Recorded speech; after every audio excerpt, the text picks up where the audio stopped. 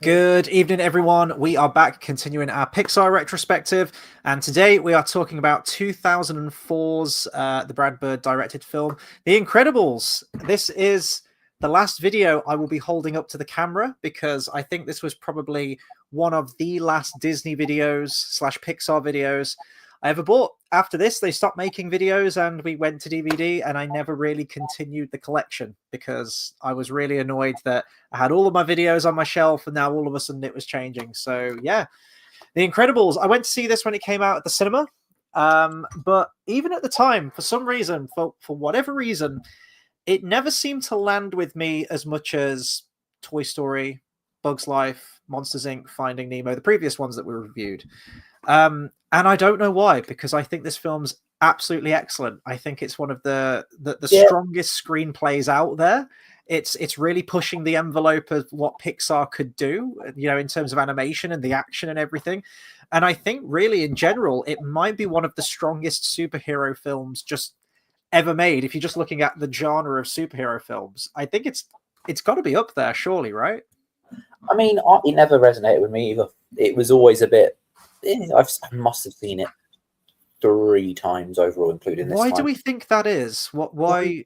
I don't know. I appreciate more of it now.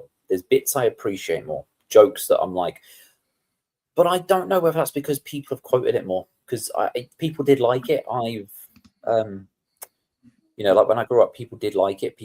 And it just didn't. I don't know.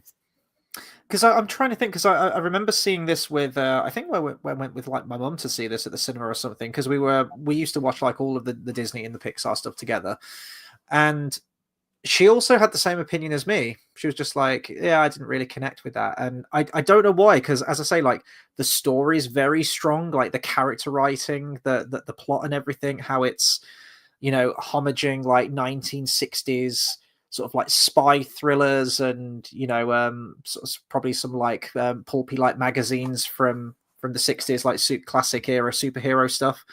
But yeah, I don't know, it's because it's one of the first Pixar films I think it is the first Pixar film that is an entire human cast. Maybe in terms of a story, you could almost imagine this as a live action film. Perhaps, like, you could imagine this being, in fact, I think that was one of the arguments for Disney, like when Disney were sweating over this film because of how what's the word I'm looking for, just how big the screenplay was. Like Brad Bird wrote the screenplay with all of these action scenes and everything, and they were like thinking like, Christ, how are we going to animate this is impossible. Just of how how much it was trying to push the envelope, that they even suggested to him, have you thought about doing this in live action? Because it's probably going to be a lot easier than animation. So I don't know. Maybe it was that disconnect a little bit, thinking like, oh, this feels more of a... Maybe. Yeah, I don't know. It was, yeah, it might be. I think it's done very well. I think I think the characters are all acted very well. I think I mean, what was it before they did motion capture? What was it they did? What was it called? It was like... You know what I mean? But like, still, like, whatever it was called. Point is, they did all the facial expressions and stuff. Like, it worked so well. You're talking about rotoscoping, where they'd have the live action actor and then animate over the top of it? Yeah. There you go. So, but like, for instance, because you've got like Elastigirl, the way she like moves under, like, because I'm just talking about, when they first meet, and then she like zips underneath him and stuff. Like, it's all.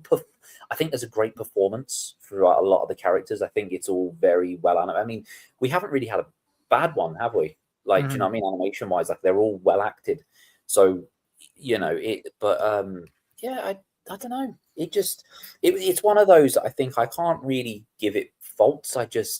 Even watching it this time, I thought maybe my opinions change. Maybe things will land, because some jokes land more with me now. I'm like, oh yeah, cool. But I still felt the same blandness, if that makes sense. See, I never had that. I mean, I have always enjoyed this film, and I think that the more times I've watched it, the more it's sort of gone up there. I don't know where, in terms of where I'd rank this just yet, in terms of Pixar's entire filmography, their entire catalog, but I do think in terms of screenplay and direction, this is easily one of the strongest. I think in terms of just its writing and its story, and like all the themes involving the characters, and the dysfunctional family, the midlife crisis aspect, but sort of. Yeah, that is also because it's a believable functioning thing. Like, do you know what I mean? It's believable. Like, for instance, like Bugs Life. Forget that they're ants and shit like that. It's that whole, they pay for protection from someone. It's that whole, like, is it a real life setting? You don't see, like, they're all very unreal life settings. Like, going to save his son, doing that. It's all very heightened. I know they're superheroes, but you've got a lot of realism there. I think that's probably one of the reasons. But yeah, that also might be a reason that it does feel a little bit less, it doesn't resonate as much, because there's a lot of those, like when you see like the family issues, you see them wanting to be like a normal family. It's that whole, it does feel very real as well, yeah, which is good, and it is good writing to do that. I think that might just be a reason it does feel a bit more bland to me. I don't know. and maybe adults can connect with it more. This is always the good sign of a good family film, that kids can go and see this and they're like, yeah, superheroes and fun costumed good guys and bad guys and whatnot. But then if you're an adult watching this, the whole working a day job that's like soul sucking, or like the family dynamic or whatever, I feel like there's more to connect with in terms of being an adult watching this than maybe a kid. Not to say that kids can't enjoy it, of course they can, it's geared towards them. It's that good sign of a family film when it can appeal to all demographics. Just going to get to a few comments here, and then we're going to dive into the movie a little bit more. Brian Emery says, I love this movie, is incredible. I see what you did there. And did you know The Incredibles is based off of the Fantastic Four? Yeah, I did actually. And I was going to bring this up in the intro, that I've seen this before, where Star Trek fans are ranking all of the Star Trek movies, but they'll add Galaxy Quest into that list. I don't know if you've ever seen Galaxy Quest before. It's one of the best comedy films ever made. It's like a pastiche on Star Trek and sort of like geek conventions in general, and it's so good that Star Trek fans often consider it part of the Star Trek catalog of films. So often you'll see that film included in lists of best of. And I feel like this, if you're going to bring this film into the Fantastic Four films we've had, this is probably the best Fantastic Four film we've ever had. Maybe, I don't know, because well, it's that family dynamic, isn't it? It's the first superhero family. You've got the like Elastigirl, very similar to like Mr. Fantastic. That's really where all the comparisons. Well, you've got the Invisible Girl, the Invisible Woman with Violet in here as well. I guess the Thing, who's like super strong, would be like Mr. Incredible. So Jack goes flame on at the end. So Violet, though, like, why are you naming your kid after a fucking color? Like, nah, don't agree with it. So yeah, if you're sort of boiling it down to, well, what is a Fantastic Four film? A Fantastic Four film, if you're staying true to the spirit of Fantastic Four and what made those comic books so great, it's that family dynamic. Who are all superheroes united under one banner, then yeah, I guess this is probably one of the best examples of that, if not the best. We've got Travis Mitchell, who says, how's it going, guys? Yeah, I think we're doing well. Thank you very much. And he says, when Mr. Fantastic is getting yelled at by his boss, Mr. Fantastic, I'm assuming you mean Mr. Incredible. I'm getting the two confused now. When Mr. Incredible is getting yelled at by his boss, while the dude is getting mugged in the alley, I just wanted to cut to a Pixar animated Tobey Maguire walking by and doing nothing to help. Yeah, I missed the part where that's my problem. Yeah, no, it's all good stuff. And not even just Fantastic Four comparisons as well, but where you mentioned there about the more grounded sort of like real world setting of superheroes existing and how they operate and how they sort of like move amongst us in our real world. It's very similar to Watchmen, how you have the glory days of superheroes, and we see that at the beginning of the film, and it's really action packed, and it almost, it's drawing reference from things like Superman and like the classic 60s Batman and things like that. It's all very pulpy. Bon Voyage, like the villain. I forgot about that entirely, but it was great, like the costumed villains and heroes. And then all of a sudden it comes crashing down to reality, and the legalities and politics start to come into it. And then it's like, right, we're abolishing superheroes, we're relocating everyone, giving them new identities, and now they have to just live among us as citizens, essentially.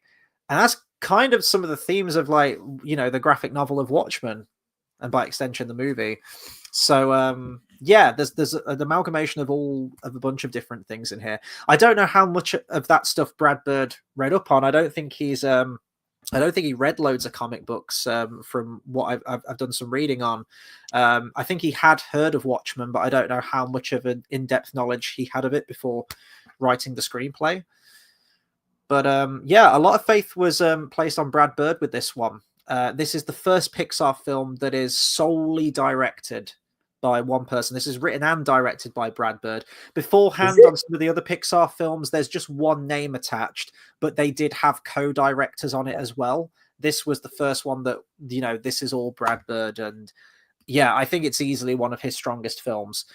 The same can't be said for a few years later when we talk about Incredibles 2, which we'll get onto later on throughout the course of this year. What's the plot of that? Yeah, that's a very good question. I can't remember. I've not seen it, so I don't know. I went to see it once, and yeah, I was just massive disappointment compared to this one. But yeah, Travis says the moment where Frozone is reaching for a cup of water with a cop aiming the gun at him is somewhat obscure callback to Die Hard 3, where he's in the same scene except he's reaching for a phone. That is amazing. I think I have seen Die Hard 3, but I haven't seen that since I was they need a different call to it. They need him standing in a different street with a sign that says "I hate niggers." That's what they need. They need that call from Die Hard 3. Okay. Right. Moving on. Yeah. So Brad Bird's career right here. I mean, he was in animation. And he worked on The Iron Giant, which is an incredible animated film. But unfortunately, it didn't do well at the box office. That was for Warner Brothers. So after that disappointment, he moved himself and his team over to Pixar. He was in communication with John Lasseter, and he pitched this idea that he'd had beforehand, essentially. And this was before he had the idea for an Incredibles film before he made The Iron Giant. He'd done some sketches of the family and whatnot. And he'd initially pitched it as he wanted to do this as a 2D animated film, I guess in the similar vein to The Iron Giant. I think he had worked for Disney beforehand, if I remember rightly, and he was inspired by the 9 Old Men, as they were called, who were these pioneer, core animation specialists at Disney, who were there since day one from the likes of, Snow White onwards, and they made some of the most important animated films ever. And he was really inspired by those guys, and he really wanted to bring those same animation and creative sensibilities into this project. And he ended up bringing a lot of his team who worked on Iron Giant. He bought them, he drafted them into Pixar. I mean, that's a huge leap of faith on Pixar's part right there. I think he and John Lasseter had gone to the same school. I think they were good friends and they reconnected. But considering he was coming off the heels of a very, critically, it was highly praised, but it didn't make money. It was a flop, The Iron Giant. To put all your trust in him and say, yeah, sure, direct a film for us, and hopefully this one will be a success. It's a big jump. Jackson, isn't it though? And he's also in Die Hard 3. Yes, he is. Just saying, it's another comparison to Die Hard 3. I think that was that. Yeah, that was. Yeah, I know, but I'm just saying. That was the whole point of his. I know, but I'm just saying that was a thing, and it's another comparison. So I never made it. Travis says, on the topic of Iron Giant, if they ever did a sequel, having it set during the Vietnam War, Hogarth being drafted, then the Iron Giant flies over to help him would be really cool. I think there are things. I know it was based on a book. Did the book ever have a sequel? I remember reading the book in school, and the book is completely different, I want to say, to the movie. I feel like there's an alien creature that shows up at the end that the Iron Giant has to fight, if I remember rightly, which, none of that's in the actual movie. So, yeah. And Travis also says, I think in the Pixar universe, John McClane would be wearing a sign that says, "I hate minions," that a gang of pissed off minions sees and tries to kill him. Yeah, maybe. That's a good idea. I like that. So yeah, all of these people that he drafted in were very knowledgeable about 2D animation, but none of them had worked with CGI before, not to the extent of Pixar anyway. So for, you know, the team and for Brad Bird included, it was a massive learning curve. And even more so because this is probably one of the most ambitious films in Pixar's catalog. I feel like we've said that each time, and we are seeing those advancements in terms of the technology. But in terms of set pieces, the amount of action scenes, the things that you need to show on screen, even down to the basics, this film included everything that was like an animator's nightmare. You had an entire human cast, because animating people at this point was incredibly tricky. Things, you know, like the way that the fabric moves on their clothes or their hair was like a huge hang up. For 6 months they had to go back because they could not get Violet's hair right. You know, just like the long flowing hair, the way it needs to move naturally, was a real sticking point, to the point where I don't know if like Disney were almost going to try and pull this movie, just saying like it can't be done because they couldn't get the hair right. Stuff that we take for granted now, probably with animated films, but you know, we've got to cast our mind back. This is still 2004, so this is just not even a decade since the first Toy Story movie, right? So, or just a little over. No, it is. Is it under a decade? Yeah. Oh, God.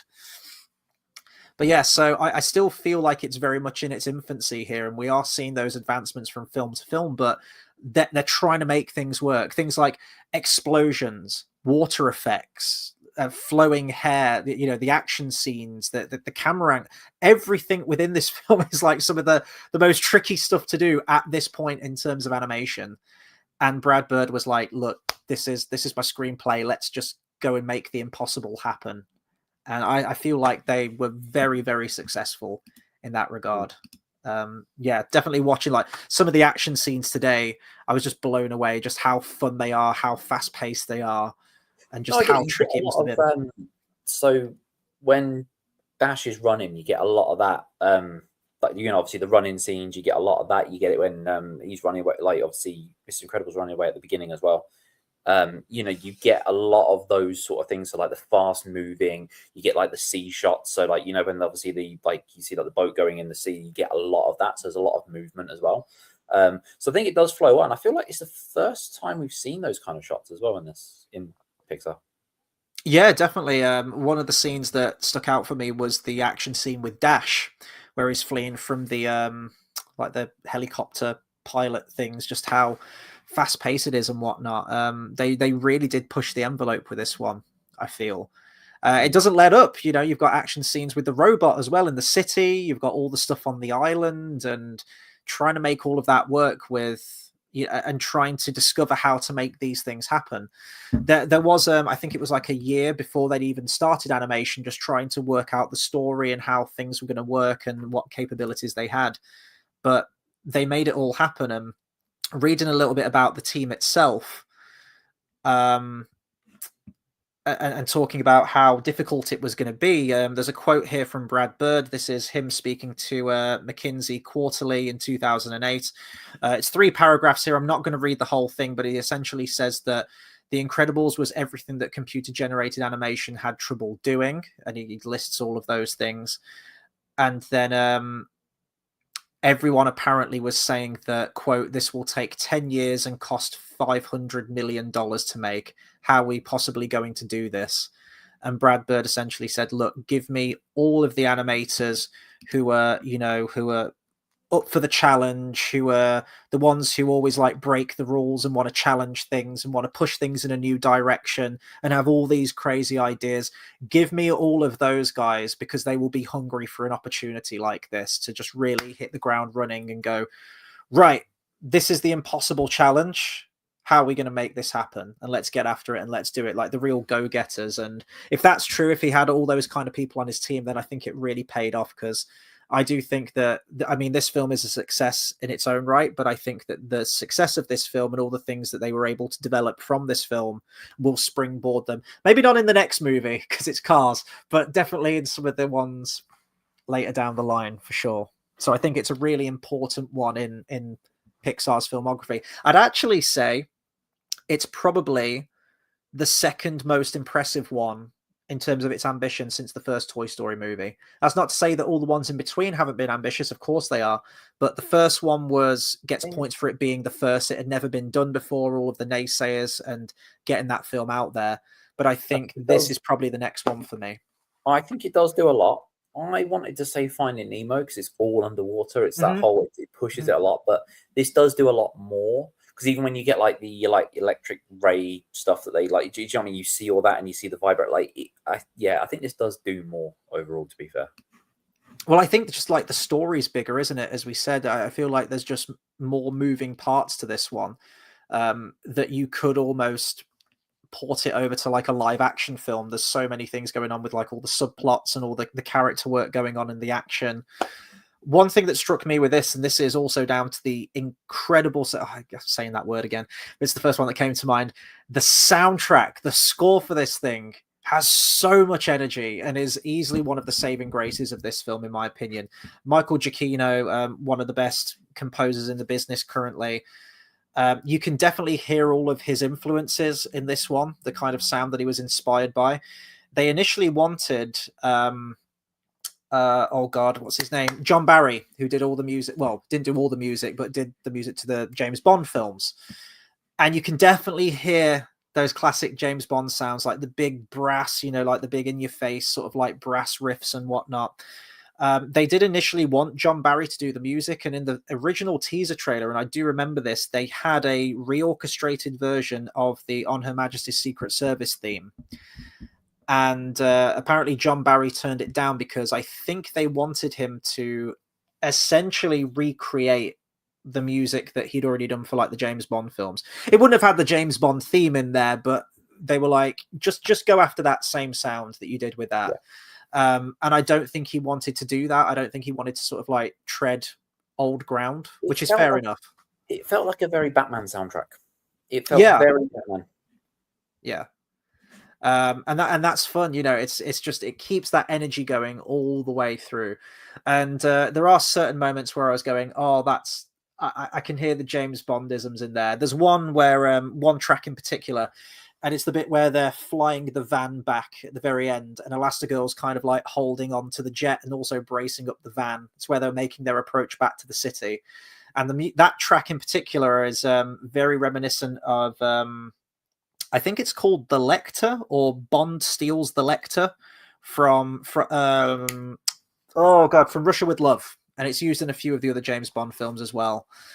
But it's you can hear the influences in there, but it's also so iconic to itself. I can't imagine any other soundtrack to this film. I easily think that the score is one of the biggest positives for me of this entire film. No, and it didn't win an Oscar. It didn't win an Oscar for Best Original Score. I don't even know if it was nominated, which is insane to me. But yeah. Wonder what would have won that year. Let me have a look. So this would have been... 2004, that was the year of Shaun of the Dead. Original Score, let's see, 2005. So the nominees were... there was John Williams for Prisoner of Azkaban. How does that qualify for original soundtrack, though? Because it's continuation of... Well, I guess sequels can get nominated. I always thought it had to be the original. I guess it doesn't, does it? Fully from him, I guess. It's not like inspired by kind of, yeah. Oh, because Return of the King won, didn't it, for score? So, yeah, okay. There was Lemony Snicket's Series of Unfortunate Events. There was The Village, The Passion of the Christ, and Finding Neverland won that year, apparently. So, yeah, it wasn't even nominated, which is crazy. Robbed, absolutely robbed. It's an amazing score. One of the best things about it. It is good. It is one of the better ones out of all of them so far. Score wise, Yeah. I think Giacchino's just really good with that as well. Like he's got a huge body of work, but he's very good at capturing the style of a past composer, but also reworking his own style into it. Like he did some of the recent Planet of the Apes movies, and there's some instrumentation in there that you can hear is drawing directly from the original versions. He did the soundtrack to Rogue One, which I feel like I think he had like a matter of weeks to do that score because it was very, very last minute. And I personally really like that score, and I think he's able to capture a lot of the John Williams sounds to it. It feels right at home in terms of being music as part of the Star Wars universe.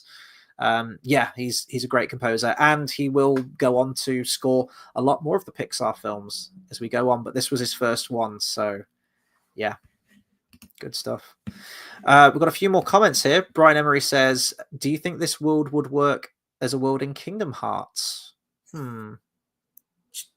I feel more of a summon. I feel Only like summoning because Mr. Incredible. I don't think superheroes would work in Kingdom Hearts.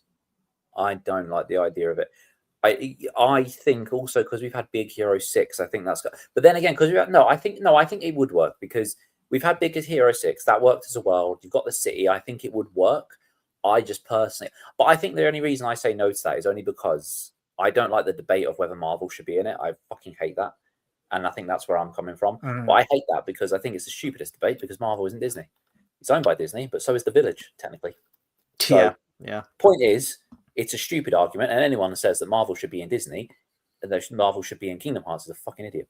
But that's just my opinion. But the point is, this would be kind of cool. I think it would. I think, like you said, the summons. I think a summon could be quite cool. You could have sort of. I think you could have each individual character as a different summon. You could have a summon, and then it could be random which one you get, kind of thing. Because it kind of. I think something like that would be cool. I think they could all. They've all got their unique abilities and stuff. Yeah. Got a comment from Lex with the Facts who says, "Fun fact: the iconic candy dispenser was featured in the robbery scene prior to the actual release, but was manufactured shortly after the film itself was released." Candy dispenser? Which one? Do you remember a candy dispenser in this one?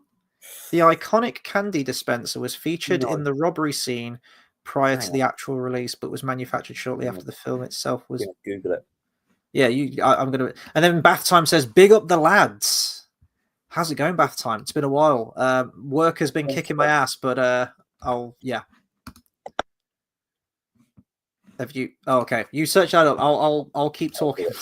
I'll do the thing. I'm just Let's talk about the animation because before we hit live on this, you were mentioning that you feel like this one has aged the worst so far out of all the ones that were reviewed.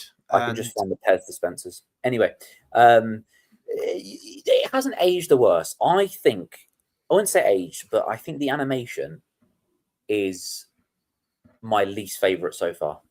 I think it's the one that looks the most like the oldest animation. I don't want to say it's aged, but it is the one that I can tell is an older movie, the biggest of them all. Does that come down to it being humans though? The fact that, the fact that it was like more realistic looking, all that sort of thing. I think it's mainly it's all the environments, the city, everything. The way when you see the sunset, it looks the most vacant of them all. I think the colors are the darkest of them all. I do think this is the one you can see it's quite old, which I only thought this time round because obviously I haven't watched it in years because I think it was the one that looks the oldest. I don't know if I'd agree with that. I think definitely you can see some of the textures on like some certain environment things and on some of the characters. But then looking at the characters, look at how they're proportioned and everything. I don't know if that's just down to the artistic style of the film rather than the actual quality of the animation.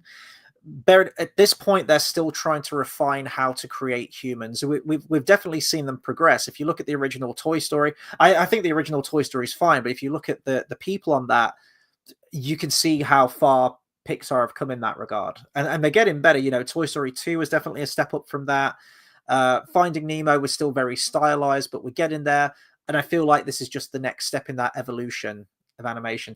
It's funny to note that because even in the olden days of Disney Animation Studios, they mentioned how difficult it was to animate humans, didn't they? In terms of Snow White, going back to what you said earlier, that's why so more often than not they had to have a live action reference or they had to rotoscope entirely over a live action performance in order to get that realism because they just found it so difficult to do to get it lifelike.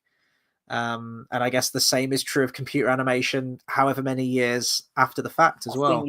It's always going to be harder because I think you can do more with non-human characters. When it comes to humans, it's like the whole don't humans all have 4 fingers because like years and years ago it was like it was quicker to just do 4 than do 5 and all that. Like there's always those elements, and I know that goes down to characters aren't always human as well, but you know what I mean. It's that whole, it's doing a character which doesn't look as human is just so much easier. So there's always going to be that, but yeah, I think it's mainly just the textures and stuff. I think the lighting and look of it just doesn't. It doesn't look good, but I was sitting there thinking I forgot how old this movie looked. Mm-hmm. I don't know if it looks old. I think it's definitely stylized in a certain way. I love the sort of futuristic yet retro feel of everything. I like when superhero just films in general do this, how it's kind of hard to define where it's meant to be set, and by extension of that, it kind of feels timeless. Going with some other superhero aspects of this, you have Superman. In some classic iterations of Superman, Metropolis looks very, I don't know, would you say, like, I'm probably going to get the decade wrong here, like 1930, like 1940s or something like that, in terms of how everything looks, the way that people dress, the style of the buildings, the architecture and whatnot. Batman the Animated Series has a very similar thing as well. Just the look of Gotham, and yeah, as I say, like the architecture and usually the costume and everything like that. I like when things do that. Series of Unfortunate Events is another one. Sometimes it feels very... That's a very good one. That's one of my favorite ones for that timeless look and not knowing where it's set. Because they'll have technologies that were, well, when the books were written, were super modern, but then the way that people dress, it almost looks like... what do you say, like, I don't know, like Victorian era or whatever you'd say, or like Gothic era or something like that. It's always really fun that you can play with a time period like that. And I feel like this one does a great job of that, how it feels very retro and futuristic with all of the tech and everything that's going on. But yeah, the way that everyone's dressed, like the houses and everything, it's very 1960s, which I think is a cool blend.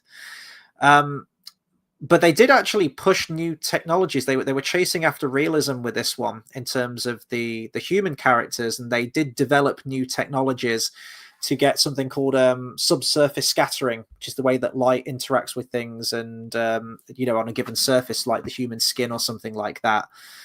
And we've seen that developed over the last few Pixar films, from the lights of A Bug's Life, with the way that light reacts through the canopy and everything of the environment, Finding Nemo especially, and now this one too.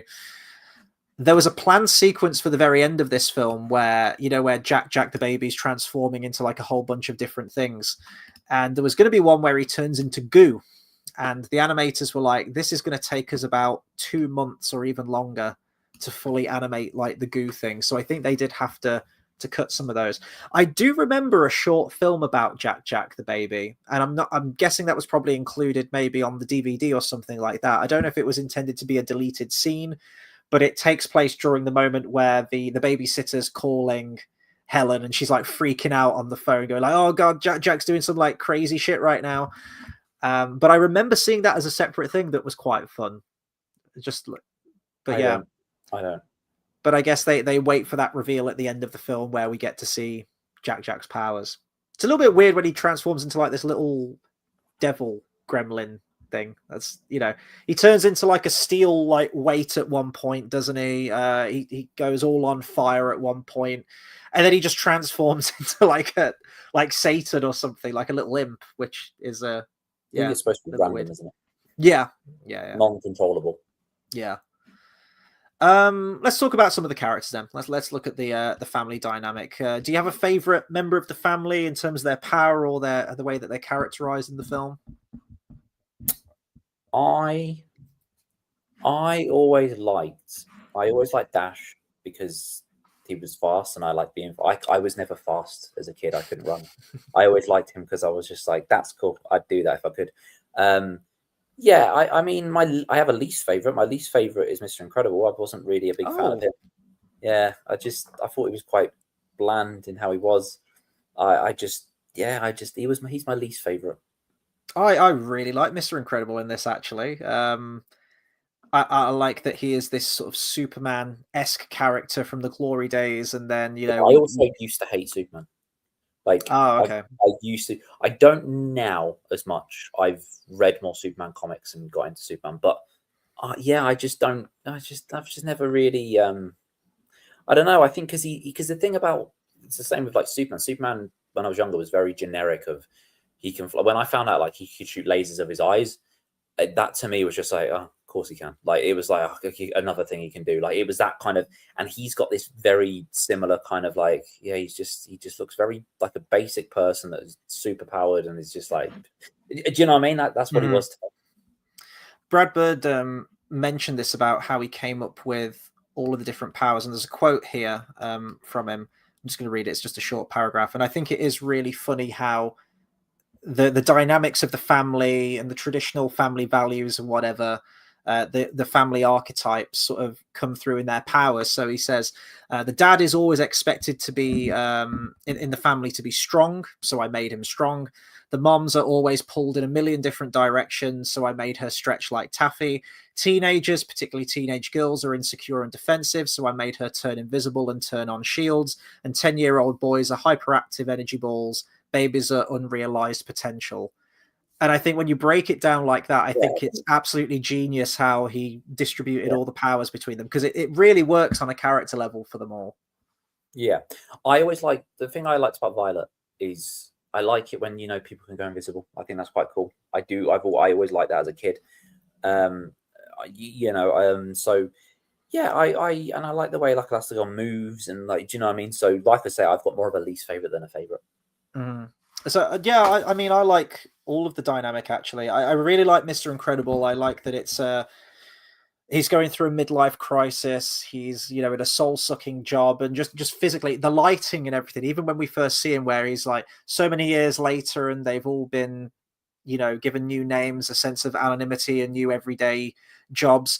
He's overweight now. The way he's hunched over his desk, and the lighting is very sort of like monochrome and feels very clinical and depressive.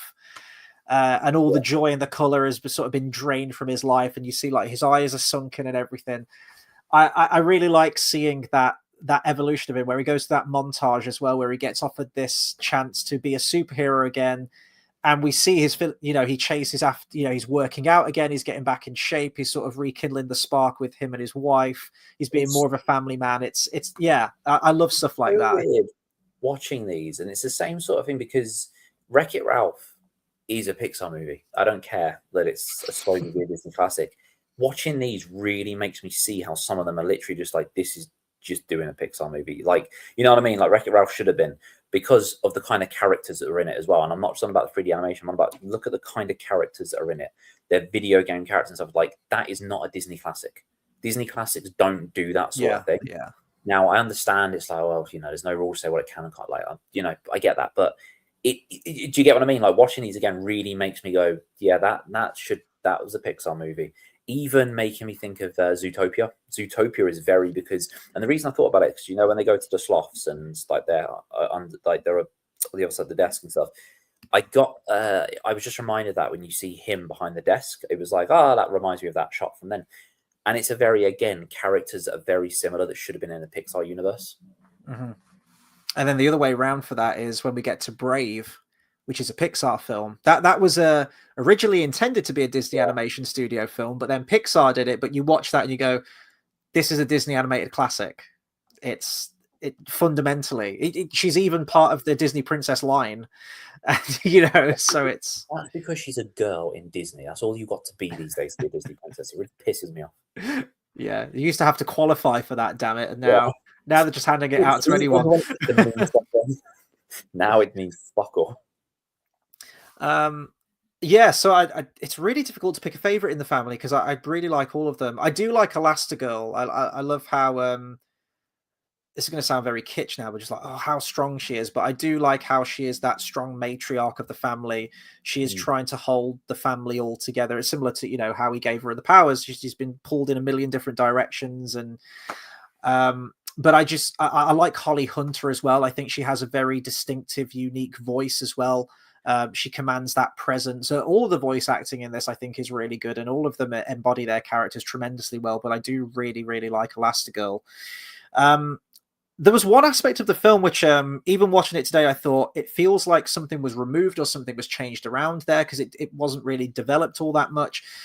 You know, where Elastigirl realizes where Mr. Incredible is that he's on this island somewhere and she needs to go after him. She picks up the phone and she calls someone called Snug. and she calls in a favor, and she says, like, what have you got for me that's fast, like right now, where she's, she's getting the jet to fly there.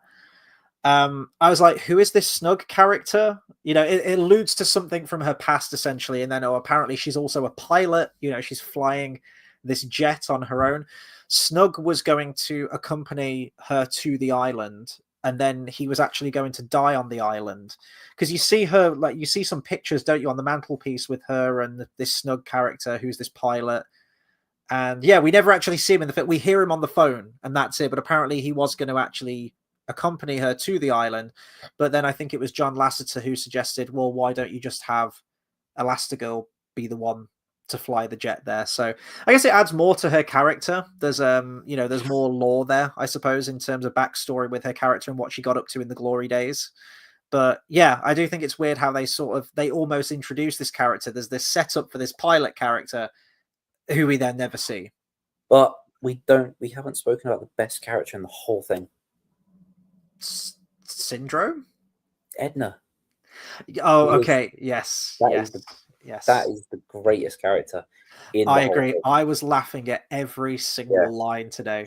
It's the it just I don't know. I didn't know where to start really. It's just everything about that character I think is great. I think just the sizing of the character being this, because the thing is, it's that domineering presence, but she's really small. Mm-hmm. You know what I mean? It's kind of like remember in Elf? Oh, you've not seen Elf? It's like one of the really weird fact that you've not seen Elf. Yeah.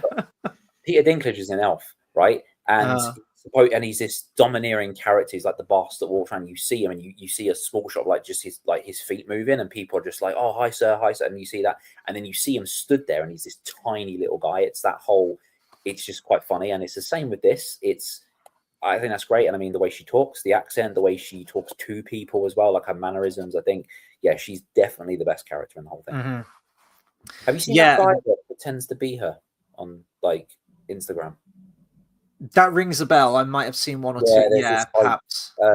Black guy or whatever who's like he walks really low on his. Like, I find him quite funny. I've not watched loads of his stuff, but I find it quite funny because I was just like, I know this. Where's this from? It's this chick, and he's like puts on her wig and stuff. And he talks like that. But it just reminded me of just like, yeah, but she's a really cool character. It's just she is just cool in herself, out of the movie and all that.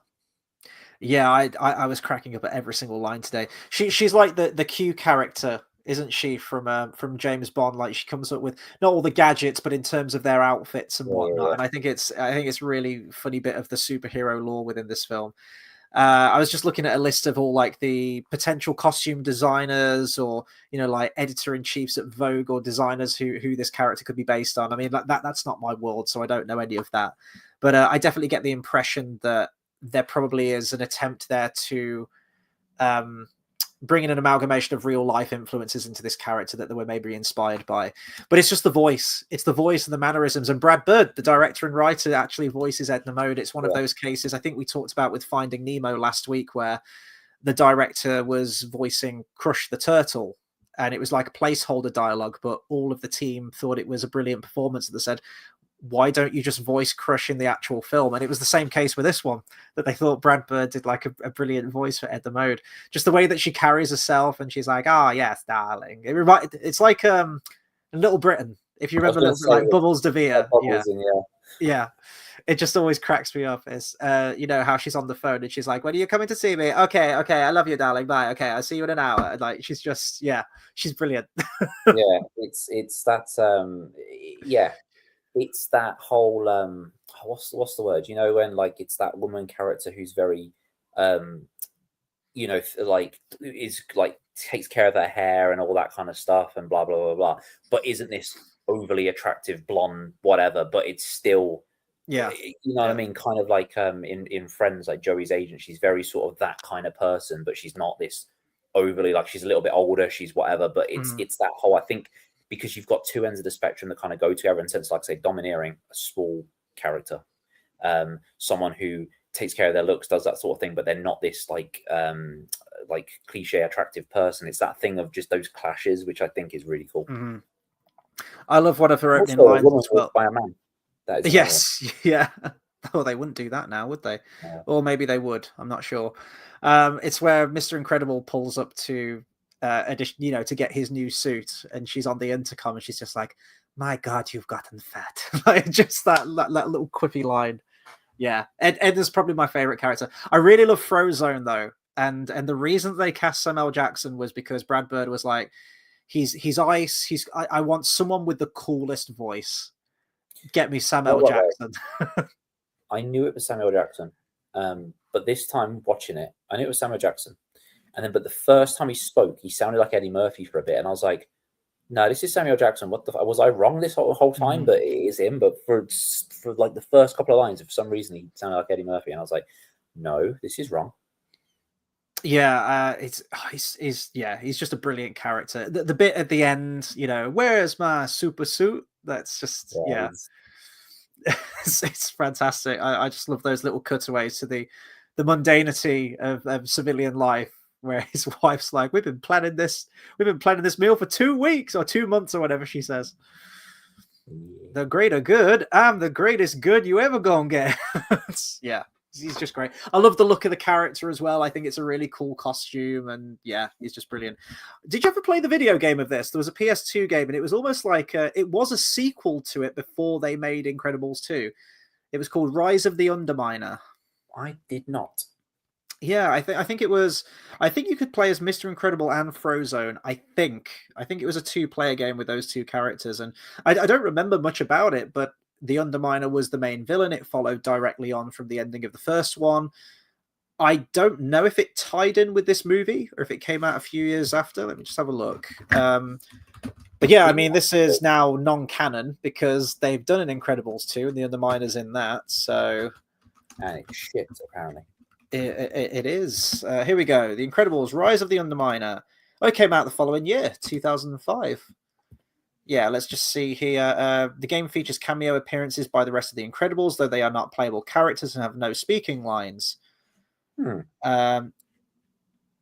Let's see. Craig T. Nelson and Samuel Jackson are replaced by Richard McGonigal and Philip Lawrence. I'm just trying to see what it says about the plot. Yeah, it says, following the release of The Incredibles 2, the events of this game became non-canon. Yeah, it picks up directly after the first film. I'm going to have to see if I can watch a Let's Play of that or find out the story of it. I don't remember if it played well. I don't remember anything like that, but I do remember playing it for a short spell at my uncle's. I mentioned that, you know, he had a lot of games, he had a lot of movies, and I used to go over there a lot to play a lot of the games, even if it was just a level or two. We used to basically play the game until we got stuck, and then we'd get bored and then move on to a different game and never go back to it. So, yeah, but I used to do that in life when you're younger, and then you'd be like, okay, and then that game would be unfinished for years. Yeah, and one day you'd do it. Let's talk about the villain of this, because I've seen a few people say that the thing that lets this film down is the villain. That he's a bit one-dimensional. I don't know if I agree with that. Who does he remind me of? Oh, that's going to bug me now. That's going to bug me, but it reminds me of someone. What, in terms of the look of the character or the way that he acts? No, the act, and basically, I feel like he's the same character as someone, and I can't think who, but there is someone who's acted the same. It's that whole, you know, wanting to be like that person, but it's that rejection thing, isn't it? Wanting to be them and then go against them. Yeah. There is a character that's like that, and I can't remember who, and I swear it's a superhero thing as well. I can't remember, but it reminds me of someone. But he's good. I think I like the dynamic. I like the rejection thing, the whole, you know, but like I say, it's something that's been used before. I don't think it's anything original. But I think it works. Mm-hmm. Yeah, I think when I first watched this, I wasn't too blown away by the villain, but watching it again, I do think the motivation is pretty solid for the character. I think he's pretty consistent throughout, I think. Apparently, the voice was originally offered up to Jack Black, who turned it down, saying that he felt like the character was too one-dimensional. This coming from Jack Black, who plays some of the most one-dimensional characters in cinema history. But so the role was given to Jason Lee in the end. But apparently, Jack Black has really regretted this decision since that day, you know, passing up the opportunity to do it. But yeah, no, I think it works, like the consistency of the story. I do like the almost James Bond aspect of it as well. How he's like in a secret volcano layer. You know, it's very The Spy Who Loved Me. I think that's the one. Is that the one I'm thinking of? No, You Only Live Twice. I'm thinking of with the volcano base. So yeah, and then you've got Mirage as well, who's almost like a Bond girl. She's this alluring, enigmatic character. She's almost like the secretary, I suppose, for the main villain. When I was watching it, I did think that there felt like there were multiple final acts to this film. In a weird way, I was even comparing it to The Lord of the Rings in some aspects. Hear me out on this. I feel like the main ending of the story, or the ending of the action, I should say, is where they take down the robot in the city at the end. And you think, the film's winding down, we save the city, everything's all good. That's your destruction of the One Ring. And then it carries on. And they get the call, and they say that the babysitter says, "Oh, I'm so glad you sent a replacement." And they go home, and Syndrome's there at their home, and destroys their home, and steals their, attacks them personally. He attacks the Heart, like Green Goblin in Sam Raimi's Spider-Man films. And I was thinking, this is the story aspect of the Scouring of the Shire, isn't it? Like, we've dealt with this world-ending threat. Now we're coming home, but the war has come to our very doorstep, essentially, and we've got to band together and defeat this ultimate evil that's encroaching on our family life and our everyday, and nowhere safe. And their home is destroyed, and they have to rebuild and move on from it. I was like, oh my god, this is this is the Scouring of the Shire, isn't it? So I don't know, I was noticing little aspects like that now in terms of the storytelling as well. And I think in any other film, they'd probably just end the film after the city is saved, and they'd probably round it off there. But they did keep it going. And I was going to ask you, what did you think to the runtime of this film? Because this is the longest Pixar film so far. Long. It was long. It was a long film. It was. It's pushing 2 hours, isn't it? Well, I don't think the pacing was bad. It was just it was a journey. It was a long. It didn't feel like your normal bit of fun.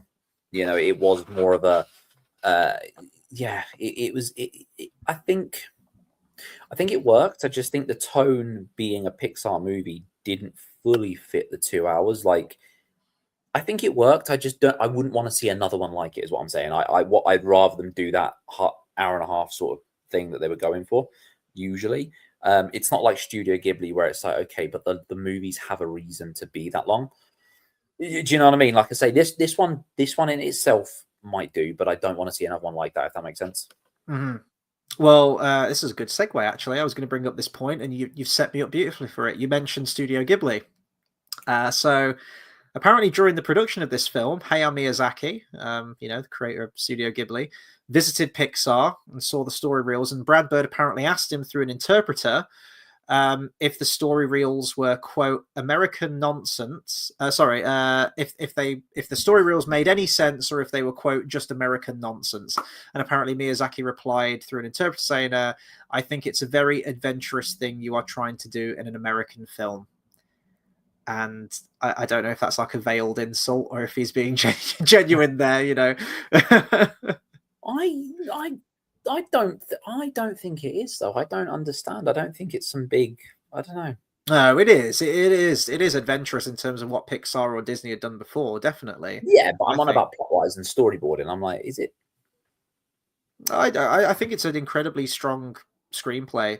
I like all the little payoffs and setups that you notice on multiple viewings and things like that. I think Bud's Life is better. To each other. As I say, I think this is going to be the hardest ranking, actually, out of any of them. Disney, I had a very, very clear cut. It was difficult just for the sheer number of films that were on that list. It was difficult to shuffle some of them around.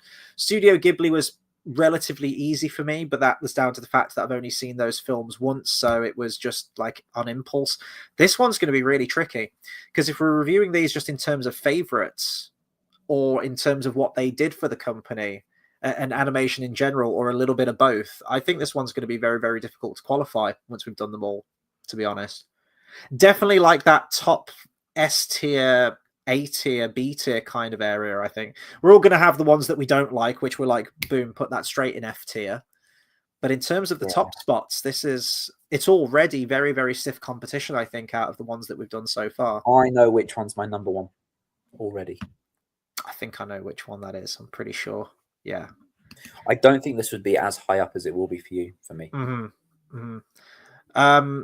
I guess sort of like round. Well, I should say as well, this did win 2 Academy Awards. It did win for Best Animated Feature, and it won one for Best Sound Editing as well.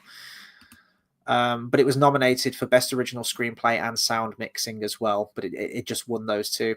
I think it's an incredibly strong superhero film in general. I think the dynamic of the family and ultimately how them not being ashamed of who they are or hiding from who they are, them becoming superheroes, is ultimately what brings them back together. Yeah, I think it's fine. I think it does what it does, and I think it is done well. It just never hit me. It just never has. It's just always been okay. And I watched this time, and kind of like Monsters Inc. My opinions didn't really change. I think I prefer Monsters Inc., but I think because Monsters Inc. is also, it's more, you know, it's monsters. This feels a bit more grounded. I know it's superheroes, but it feels more grounded. I guess it's, yeah, that might just be why. Mm-hmm.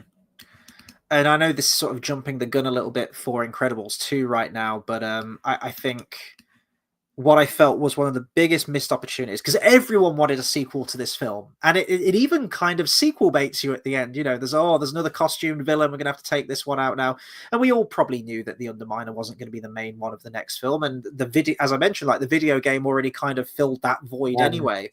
How long did it take between the sequel? It was 20. Let's have a look. I did have it somewhere. Where is it? Incredibles 2. Incredibles 2.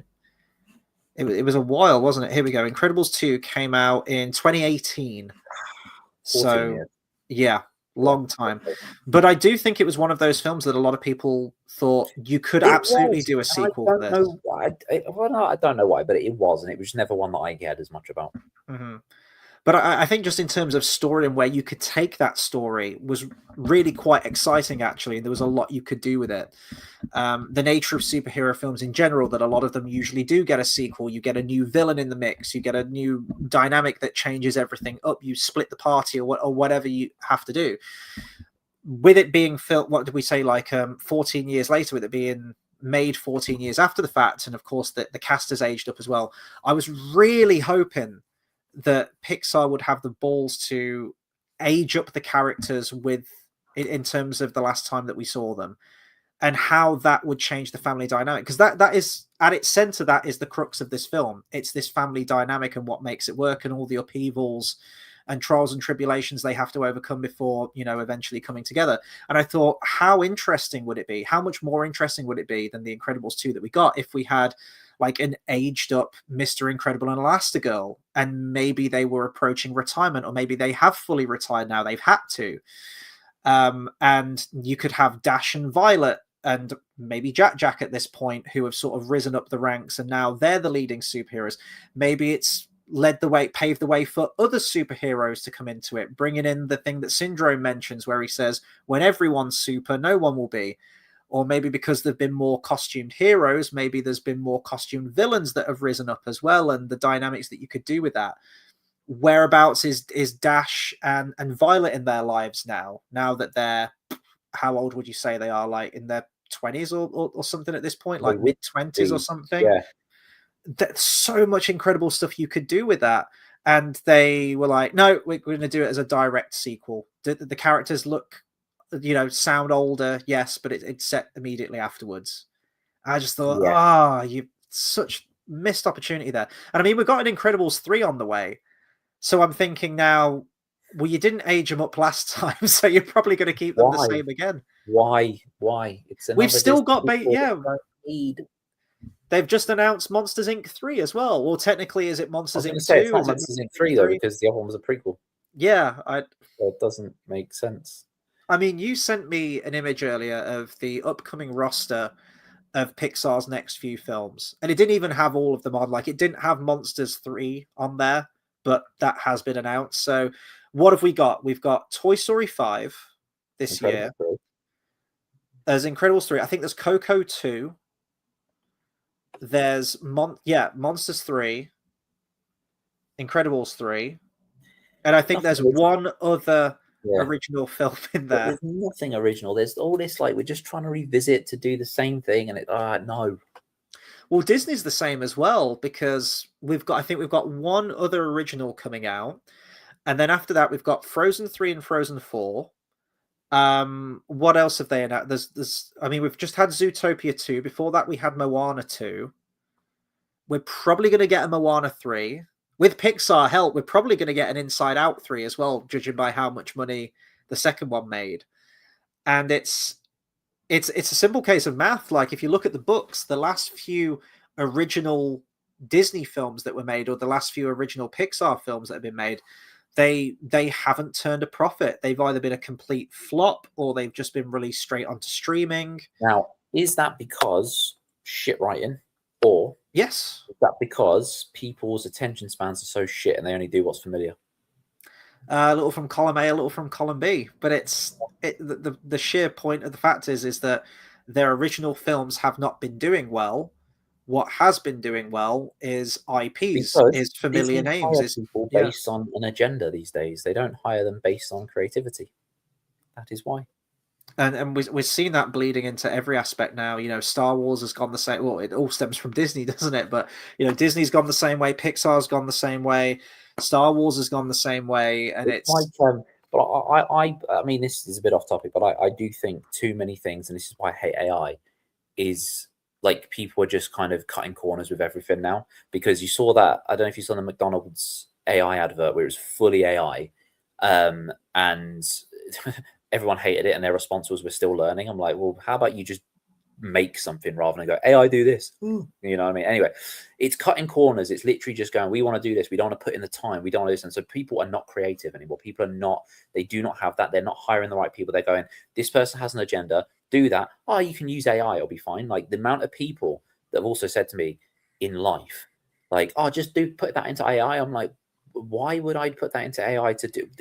Just point is, there's no creativity anymore. And it's fucking sad.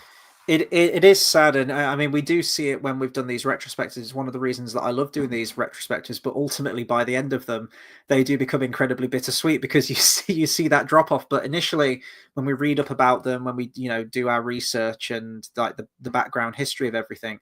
So when we did Disney, that was such a great retrospective to do. I'm so glad we got to do that. And when you read about like the sheer blood, sweat, and tears that had to go into these films, the creative spark, how you'd have these creatives that bent over backwards to they had this story they were passionate about that they wanted to tell. Like it was impossible to make this. It had never been done. It's like, well, we're going to do it anyway. We're going to develop new technologies. We're going to find ways to get it done.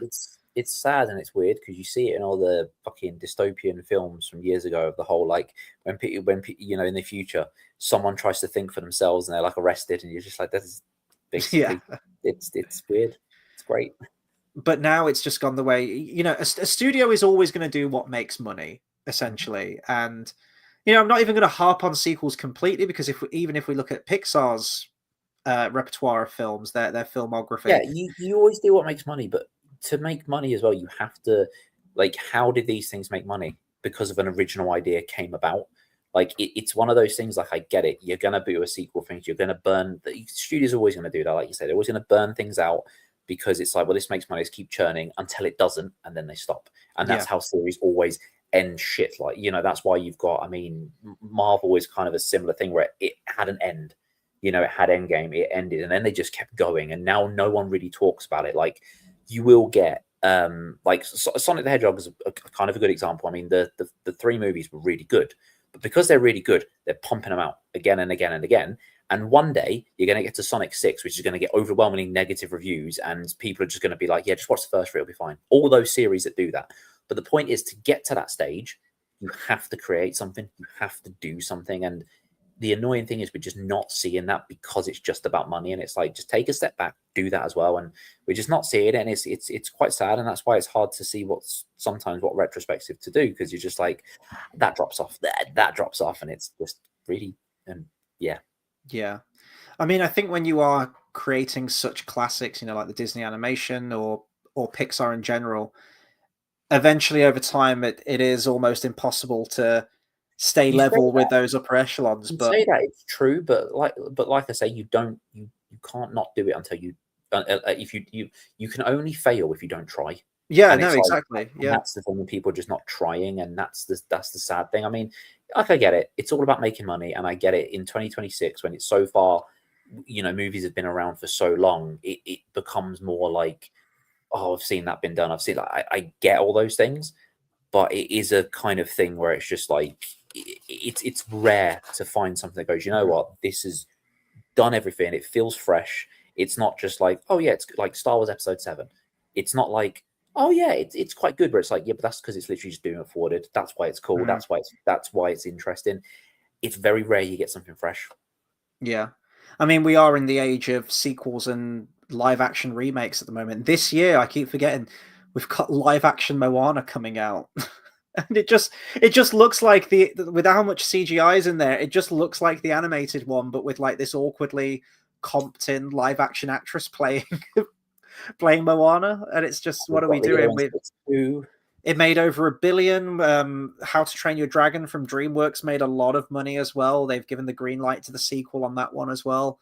They're not going away until they stop making money. And I thought we were almost there with Snow White and how that bombed and how it was critically derided. I thought finally people are waking Lilo up. and Stitch ruined it because it did really well. Then, yeah, a few months later, Lilo and Stitch came out and everyone was You know like why sheep that and did went well to see though? it. Because remember in 2002 when they had a really cool original idea and they did the thing where Stitch would go to like different like with Beauty and the Beast and stuff. That was really fucking cool, and he was a really cool original character. So they went, let's bring that cool original character back, and everyone loved it. So well, of course they did. He's a good character, and it's like, well, of course it made money. So it's again just literally just riding the coattails of something that already did well. Yeah. Yeah.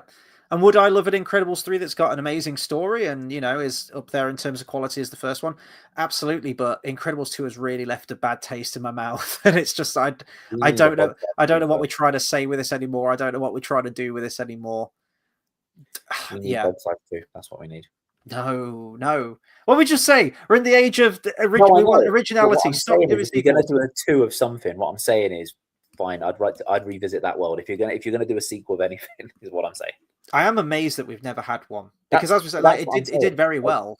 if And if we get sequels of all this stuff, like it's mad that we live in a world where we've got sequels to all this shit. We've got 3 Cars movies, but no Bugs Life 2. That's my point. I'm yeah, very happy we don't, and I'm not saying ever do it, but it's one of those of like, if you're gonna do that, why has this not been? yeah. Right then, I think we are going to round it off there. So please do let us know your thoughts on The Incredibles. I guess you could let us know your thoughts on The Incredibles 2 and hopes and fears for Incredibles 3. Who's your favorite character, favorite moments, things like that. We never did do favorite moments, actually. Just real quick before we end, do you have a favorite scene from this movie? Like a favorite particular moment? Do you know what? Scene-wise, I don't know if I'd have favorite scene, but I do like obviously when he first meets Edna and he's walking through. Like I do like that as a scene that comes together. But I think it's more shot wise, like when you see like the boat going over the water, just seeing that kind of stuff. I think the environment does look cool. Mm-hmm. Yeah, I'd say it's more the environment. Mm-hmm. I really like the Glory Days stuff at the very beginning. That is cool. Yeah, it reminds you of watching like a really cool like superhero TV show or something, and how he's got to save the cat in the tree, and then he's got to try and stop. It did make me laugh though. I forgot how he stopped that whole police chase with like the thieves that are getting away in the car. How he just gets the tree trunk and just puts it in front of the car, and they crash into it. I was just like, well, they're dead, like, just instantly. But yeah, let us know your thoughts on the movie, and do please consider subscribing to the channel. I know it's very Pixar heavy at the moment. My free time has been incredibly limited, so I'm lucky to get one video out a week, but I'm really enjoying this Pixar retrospective, and of course we're going to continue it until next week. I don't know, I haven't seen it in a while, so maybe now, because we've had a lot of really bad Pixar films after, maybe going back to this one won't be so bad. But next week we're talking about 2006's Cars. Yeah. But we've got a pretty good, like the rest of the month is pretty good after that. We've got some, we're in good hands. I feel like though there's more movies between Incredibles and Cars. There should be. It just has it's weird jump. I don't know. Yeah, 2 year jump. Yeah, I mean after that they do pretty much crank them out every single year after that. So no, but I feel like there was like we're missing some. I feel like my memory is like no, there were definitely movies before Cars. Cars feels too modern for me. Is what I'm saying. I don't know. I know, it's funny how time works, isn't it? But yeah, I'm going to try and get some other videos out sprinkled when I can, just so there's a little bit of variety. I appreciate that probably Pixar isn't for everyone, but it's really just a case of free time at the moment. But as soon as I do get a little bit more, I would like to get some extra variety on the channel as well. But yeah, until then, we'll have Cars next week. I best get watching it. Take care, everyone.